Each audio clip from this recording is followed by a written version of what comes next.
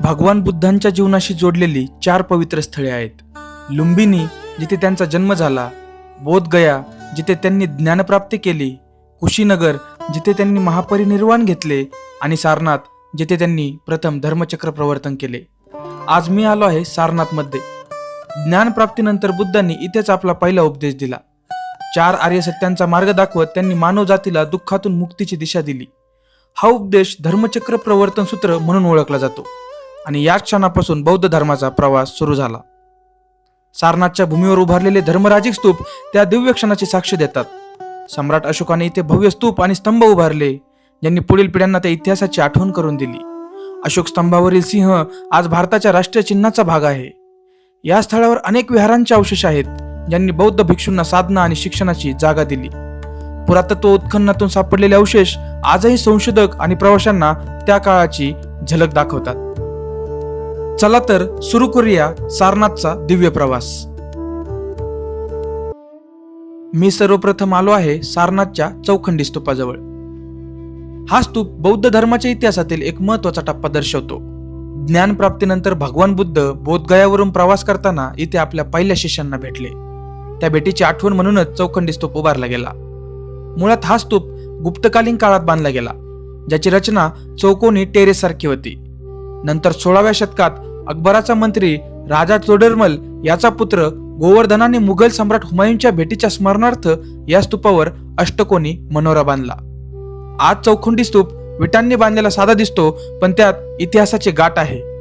2019 साली भारतीय पुरातत्व सर्वेक्षण विभागाने या स्तूपाला राष्ट्रीय महत्वाचे स्मारक म्हणून घोषित केले. आज इथे येणारे प्रवासी, संशोधक आणि साधक या स्थळातून इतिहासाची झलक अनुभवतात. चौखंडी स्तूप हा सारनाथच्या प्रवासाचा पहिला अध्याय आहे, जो पुढे धर्मराजिक स्तूप आणि बुद्धांच्या पहिल्या उपदेशाकडे नेतो. आता मी आलो आहे सारनाथच्या वात थाई मंदिरात. वात हा शब्द थाई भाषेत मंदिर असा अर्थ दर्शवतो आणि त्यामुळे वात थाई म्हणजे थाई शैलीतील मंदिर. हे मंदिर थायलंडच्या मान्यवरांनी भगवान बुद्धांच्या ज्ञानप्राप्तीच्या 2500व्या वर्षपूर्तीनिमित्त उभारलं. भारत थायलंड यांच्यातील सांस्कृतिक व आध्यात्मिक नातं अधिक दृढ करण्यासाठी हे मंदिर बांधण्यात आलं आणि याचं व्यवस्थापन थाई बौद्ध भिक्षूंनी केलेलं आहे. या मंदिराचं सर्वात मोठं आकर्षण म्हणजे ही 80 फूट उंचीची भगवान बुद्धांची उभी मूर्ती. ही मूर्ती शांततेचं आणि करुणेचं प्रतीक आहे आणि ती पाहताना प्रत्येक प्रवासी आदराने भारावून जातो. मंदिराची रचना पारंपरिक थाई शैलीत असून त्यात भारतीय वास्तुकलेचा सुंदर संगम दिसतो. सोन्याच्या झळाळीने चमकणारे शिखर, सुंदर नक्षीकाम आणि रंगीत सजावट त्यामुळे मंदिराला दिव्य तेज प्राप्त झाले आहे. याशिवाय मंदिरात विविध मुद्रांतील बुद्ध मूर्ती आहेत.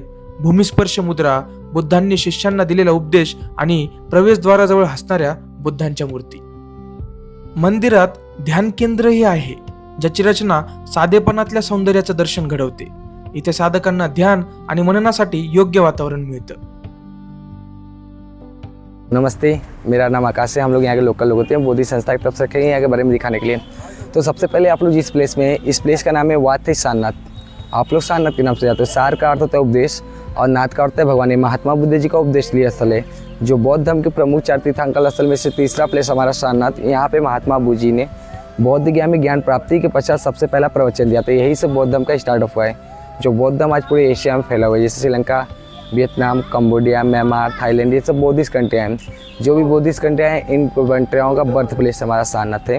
क्योंकि भगवान बुद्ध जी ने 3rd सेंचुरी, हमारे यहाँ आपका लगभग 563 ईसा पूर्व उन्होंने धर्म का पहला प्रवचन दिया. तो आपको पता होगा कि 3rd सेंचुरी BC में कनिष्ठ के राजा सम्राट अशोक के बीच में युद्ध हुआ था. तो उन्होंने युद्ध प्राप्ति के युद्ध के बाद उन्होंने बौद्ध धर्म को अपनाया और बौद्ध धर्म को प्रमोट करने के लिए उन्होंने सबसे पहले अपने पुत्री संघमित्रा महंत को श्रीलंका भेजा था. श्रीलंका में भेजने के बाद बोधि ट्री का एक शेपलिंग कर उन्होंने दिया कि आप लोग जिस भी स्थल पे बौद्ध धर्म का प्रचार प्रसार कीजिएगा, उस स्थल पे बोधि के तौर पे शाखा लगा दीजिएगा. और जैसा कि हम लोग जिस प्लेस में, इस प्लेस का नाम है वात थाई सारनाथ. तो ये वात जो होता है, जैसे हमारे यहाँ थाईलैंड में टेम्पल का हम लोग बोलते हैं, टेम्पल को मंदिर, वहाँ पे टेम्पल को वो लोग बोलते हैं वाट. तो ये टेम्पल जो है थाईलैंड के राजा रामानायन द्वारा बनाया गया 1964 में, 1964 में बनाया गया. तो टेम्पल का मॉडल नाम है पेगोडा. ये थाईलैंड के कल्चर के हिसाब से बनाई गई है. तो टेम्पल आपका 2 पार्ट में, फर्स्ट पार्ट में गौतम बुद्ध जी की स्टैचू है, सेकंड पार्ट आपका मेडिटेशन हॉल है. तो मेडिटेशन हॉल ये इवनिंग और मॉर्निंग टाइम जो मॉन्क लोग साधु लोग आते हैं थाईलैंड से, उन लोगों के लिए ओपन किया जाता है। फर्स्ट पार्ट में आप जाएंगे तो यहाँ पे गौतम बुद्ध जी की मेन स्टेचू है। ये आपका जो मिडिल में गौतम बुद्ध जी की स्टेचू दिख रही है ना, उसी स्टेचू का सेम स्टेचू है, कॉपी एकदम। ये जो स्टेचू है ब्लेसिंग पोजीशन में है, अभय मुद्रा में। आपका लेफ्ट एंड राइट में दोनों सेम पोजीशन में गौतम बुद्ध जी की स्टेचू है, धर्मचक्र परिवर्तन मुद्रा। हाइट में गौतम बुद्ध जी की स्टेचू मेडिटेशन पोजीशन में, बोधिका विहार का है, ध्यान मुद्रा बोला जाता है इसे। आपका गोल्डन में गौतम बुद्ध जी की स्टेचू है, वो भूमि स्पर्श मुद्रा में। इस पोजीशन में महात्मा बुद्ध जी को ज्ञान की प्राप्ति हुई थी। ये जो मॉडल है ये बौद्ध स्तूपा मॉडल बनाया गया है, चैत्य। जैसे कि आप देखे होंगे मोनेस्ट्रियों में गए होंगे जहाँ पे रोमी साइड है, वहाँ पे बौद्धिस्ट लोग बैठ कर मेडिटेशन साधनाएं करते हैं। तो आप देखा, एक शारीरिक स्तूपा होता है, एक रियलिस्ट स्तूपा होता है, एक मन्नत इच्छा पूर्ति स्तूपा होता है। इच्छा पूर्ति स्तूपा जैसे कि लोग अपना कैंडल वगैरह जलाकर वहाँ पे मन्नतें मांगते हैं। और जो शारीरिक स्तूपा होता है, जैसे भगवान बुद्ध जी की एक्सेस, उनके शिष्यों की एक्सेस रखे गए हैं। और हमारे यहाँ शारीरिक स्तूपा जैसे गौतम बुद्ध जी के हेयर, टूथ और उनके रिलेटेड कपड़े और चीवर वगैरह जो बोलते हैं ना हम लोग, मॉन्क लोग पहनते हैं चीवर, और बिच्छा पात्र, वो चीज़ रखकर सॉलिड पैक कर दिया जाता है। इस मिट्टी के तौर पे बनाई जाती है, वो आपका शारीरिक स्तूपा होता है, शरीर से अटैच जो चीज़ होती है। और जैसा कि आप लोग इधर पे नेशनल एम्बलम अशोक स्तंभ देख रहे हैं, जो हमारे राज्य का राष्ट्रीय चिन्ह है, ये हमारे राष्ट्र का राष्ट्रीय चिन्ह प्रतीक है जो अशोक स्तंभ है। चारों दिशाओं में लॉयन है। चारों दिशाओं में होने का रीजन ये है कि ये महात्मा बुद्ध जी के जीवन से जुड़े हुए घटनाओं को दर्शाया गया है।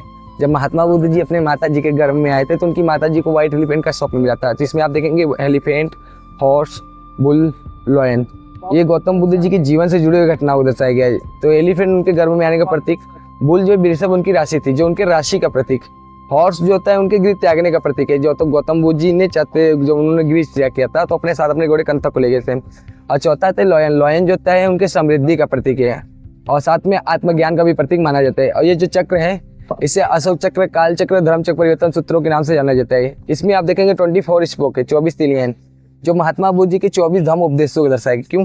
क्योंकि महात्मा बुद्ध जी ने सारनाथ में 24 धम्म उपदेश दिए थे। उसके साथ साथ आपका काल चक्र इसलिए बोला जाता है कि हमारे समय काल में 12 घंटे दिन होते हैं और 12 घंटे रात होते हैं। और महात्मा बुद्ध जी के 24 धम्म उपदेश और काल चक्र साथ साथ ये सम्राट अशोक के साम्राज्य को भी दर्शाए गए हैं। क्योंकि सम्राट अशोक का जो साम्राज्य था, आप हम लोग क्या बोला जाता है ना कि हमारा जो मतलब अखंड भारत बोला जाता था अशोका के टाइम में, तो पूरे एशिया में अखंड भारत बहरा हुआ था, पूरे एशिया में। तो उसमें आते थे आपका 16 महाजनपद और 8 जनपद आती थी। तो 24 उनके स्टेट थे, जो 24 राज्यों को भी दर्शाए गए हैं। और वैसे तो आपको हमारा राष्ट्रीय फ्लैग में अशोक चक्र दिखने को मिलता है। तो हम लोग बचपन में पढ़े कि भाई ये गांधी जी के चरखा है। और गांधी पहले होता था गांधी जी का चरखा, तो गांधी जी के चरखे को आपको पता है किस कारण से हटाया गया है? हमारे यहाँ किसी भी कंट्री का कोई भी सिंबल, चाहे हमारा कंट्री हो या अदर कंट्री का, उस सिंबल दोनों साइड से सेम होना चाहिए। कोई भी आप अपने फ्लैग में ले रहे हो तो उनका जो सिंबल था एक साइड से देखने में सीधा लगता था, एक साइड से देखने में उल्टा लगता था, छोटे बड़े भी लगते थे। इसी कारण से 22 जुलाई 1947 में डॉक्टर भीमराव अम्बेडकर जी के द्वारा गांधी जी के चरखे को हटाकर अशोक चक्र को पारित किया गया। और उसके साथ साथ 26 जनवरी 1950 में राष्ट्र का राष्ट्रीय चिन्ह घोषित किया गया अशोक स्तंभ। ये जो आपका इन्वर्टेड लोटस है गौतम बुद्ध जी के मृत्यु का प्रतीक है। क्योंकि कुशीनगर में गौतम बुद्ध जी का डेथ हुआ था, कुशीनगर का ओल्ड नेम था कुशीनारा। वहाँ के नगरवासी लोग उनको देखने के लिए गए थे। सभी लोगों ने अपने हाथों में लोटस का फूल लिया था। जिन व्यक्तियों के हाथों में लोटस की पंखुड़ियां हैं तो वो शाम की वजह से, जैसे हमारा सूर्योदय समय देखेंगे लोटस खुलता है और सूर्यास्त समय उनकी पंखुड़ियां मुरझा के उल्टा लटक जाती हैं। तो सभी के लोटों की लोटस से पंखुड़ियां मुरझा के उल्टा लटकी हुई थी, इसलिए उनके डेथ का सिंबल दिया गया। आता मी आलो आहे सारनाथच्या मूलगंध कुटी विहारात। हे विहार बौद्ध धर्माच्या पुनरुज्जीवनाचं प्रतीक मानलं जातं। सन 1931 मध्ये महाबोधी सोसायटीचे संस्थापक अंगारिक धर्मपाल यांच्या प्रयत्नातून या विहाराची निर्मिती झाली। विहाराच्या आवारात धर्मपाल यांचा पुतळा आहे, जो त्यांच्या कार्याची आणि बौद्ध धर्माच्या पुनर्स्थापनेतील योगदानाची आठवण करून देतो। हा पुतळा प्रत्येक प्रवाशाला प्रेरणा देतो, कारण धर्मपाल यांनी आयुष्यभर बुद्धांच्या शिकवणींचा प्रसार केला। मूलगंध कुटी विहार आपल्या भव्य वास्तुकलेसाठी ओळखला जातो। सुंदर भित्तिचित्रे आणि भित्तिचित्रांमधून भगवान बुद्धांच्या जीवनातील महत्त्वाचे प्रसंग दाखवलेले आहेत। जन्म, ज्ञानप्राप्ती, धर्मचक्र प्रवर्तन आणि महापरिनिर्वाण ही चित्र प्रत्येक प्रवाशाला इतिहासाची झलक देतात आणि बौद्ध धर्माच्या प्रवासाची कथा सांगतात। मंदिराच्या आवारात एक विशेष बोधिवृक्ष आहे। हा वृक्ष श्रीलंकेतील अनुराधापूर येथून आणलेला असून या रोपापासून वाढवलेला गेलेला आहे। तो वृक्ष बुद्धांच्या ज्ञानप्राप्तीची आठवण करून देतो आणि साधनांना ध्यान व मननासाठी प्रेरणा देतो। या विहाराचं आणखी एक विशिष्ट म्हणजे भगवान बुद्धांचे पवित्र अवशेष इथे सुरक्षित ठेवलेले आहेत। हे अवशेष म्हणजे भगवान बुद्धांच्या अस्थीचे तुकडे आहेत, म्हणजेच त्यांच्या हाडांचे अवशेष आहेत। हे अवशेष प्राचीन काळात गंधार प्रदेशात सापडले होते. 1956 मध्ये बुद्ध जयंतीच्या 2500व्या वर्षापूर्तीनिमित्त हे अवशेष महाबोधी सोसायटीला प्रदान करण्यात आले. आज ते मूलगंध कुटी विहारातील सुवर्ण बुद्ध मूर्तीच्या खाली सुरक्षित ठेवलेले आहेत. विशेष प्रसंगी, विशेषतः बुद्ध पौर्णिमा दिवशी हे अवशेष श्रद्धाळूंना दर्शनासाठी प्रदर्शित केले जातात.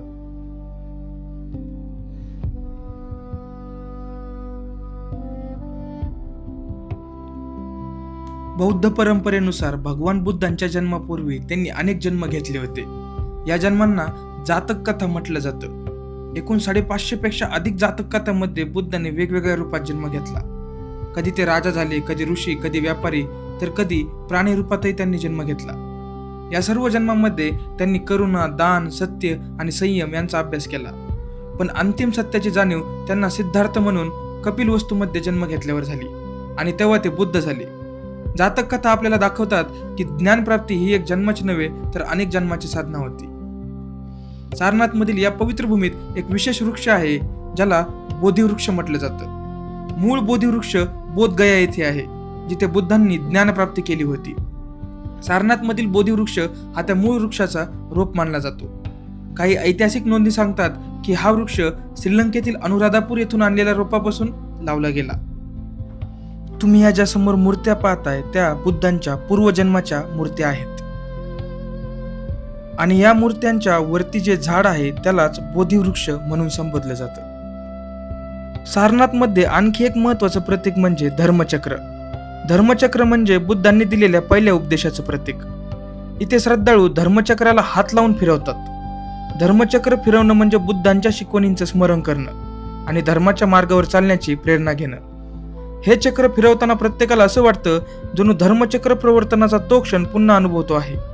धर्मचक्र हे बौद्ध धर्माचं सर्वात महत्वाचं प्रतीक आहे, जे सत्य, धर्म आणि करुणेचं चक्र सतत फिरत राहण्याचं दर्शन घडवतं.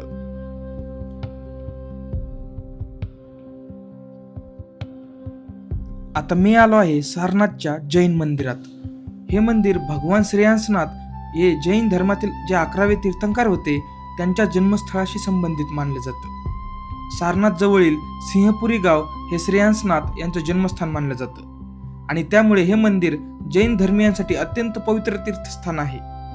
या मंदिराची स्थापना 1824 मध्ये झाली आणि तेव्हापासून हे ठिकाण जैन परंपरेत महत्वाचं स्थान मिळवत आलेलं आहे.